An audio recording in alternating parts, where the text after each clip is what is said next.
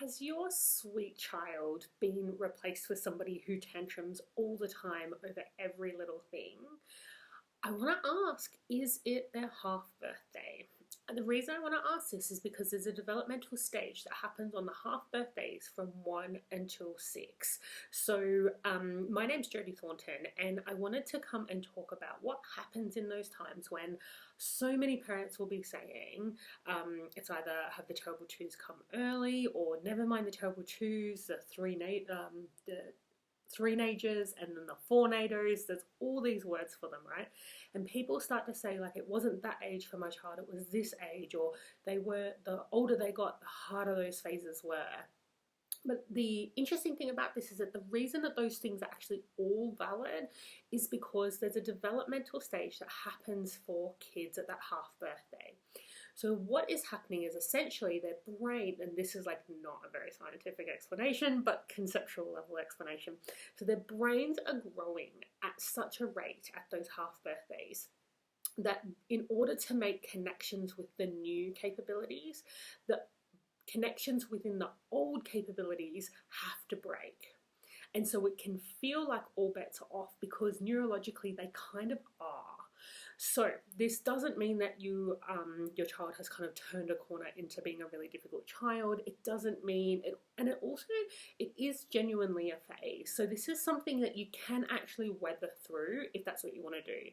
So if you've got big things going on in your life, or if now is just not the time for you to be delving into the parenting side of things, it's okay to just know that this is going to be a difficult phase and it will pass and things will be all right.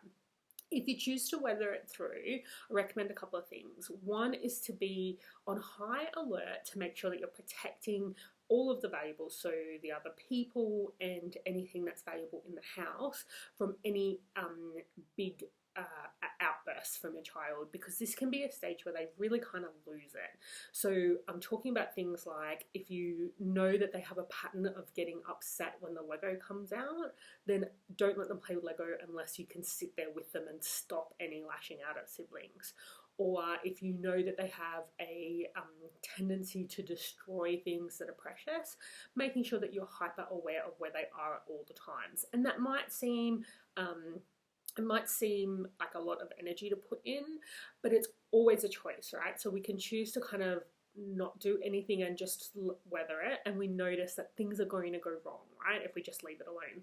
If we have a little bit of extra vigilance so that we can be there to make sure that we protect anything from going terribly, then what we're sending the message to our child is that when you're having a tough time, I've got this, I can handle it. And then the third option is actually to delve into those big feelings and actually learn how to support them through their big feelings so that then they understand their big feelings better as well. Now, this is a fantastic phase to do this in because the feelings are kind of right there all the time. So it's a really good time to do it. But we really need to validate all three of these choices, depend on where you're at in your life, what is going on around you, and there's so many other factors that would have us kind of make any one of those choices. So making sure that you're comfortable with the choice that you're making.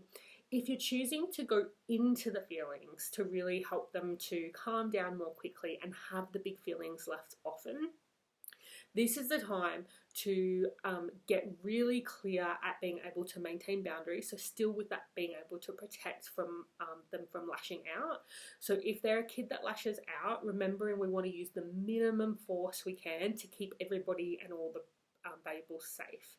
So if they're trying to punch you, you might put your hand out so that if they're punching you, if that doesn't hurt, as long as it doesn't hurt you, we need to make sure that you're not getting hurt. But if they're trying to punch and you're putting your hand out just to stop that punching from hurting you, and depending on where you're at, you might say nothing, you might say, I'm just keeping myself safe, or you might say, I can't let you hurt me. Could be something along those lines, but you're essentially just using the minimal force to stop them. Now, if they are particularly out of control in those physical outbursts, you may need to hold onto a wrist, or you may need to pick them up and move them to another spot to keep everybody safe. And especially if you're getting really agitated, don't hesitate to do more. Minimum isn't like minimum isn't a static setting. Minimum is the minimum you need in that moment. So if we think about it, if you were to do like just the very basics and then they're lashing out, and then because it agitates you so much, you end up yelling and in a really scary way, well, that actually hasn't kept everybody safe. So we do the minimum we need to keep everybody and everything safe. So that's the first kind of part. The second part is really looking to validate your child's feelings. Now, there's a difference between the feelings and the behaviors. So if we think about, you're so upset that he took your Legos. And then the behavior is, so you just needed to take it. It's like, that's the bit we're not validating. So you're so upset that you needed to take the Legos and you didn't know what else to do. Right? That's okay to validate. If you can't validate their perspective, you need to go deeper. So if you're looking at something like you just need to control everything, well, that's not actually something that we feel comfortable validating. We need to go deeper. So he really values choice when he's playing. He really wants to be able to choose what his character does when he's playing. We want to keep going until we find the valid thing. And then, so the more we actually phrase it in a way that they would say it if they were really emotionally mature, the more they will start to lean on the words rather than the actions. So that's kind of our priorities when we're talking about supporting our kids through those big phases. And this is a time, if you have the space and the willingness, this is such a great time to really delve deeper into their big feelings. So I would really love to have you register for my webinar called Helping Little Children Handle Big Feelings. I'll be going into a lot of detail about how to do all of these processes and how to really help your child, like kind of when the feelings are escalating, you can kind of help them to stop escalating, you can help them to calm down, and also help them to avoid that escalation in the first place as you go. So the link to register for that is jodithornton.com/feelings. And I would really love to hear if you have any questions, please pop them in the comments.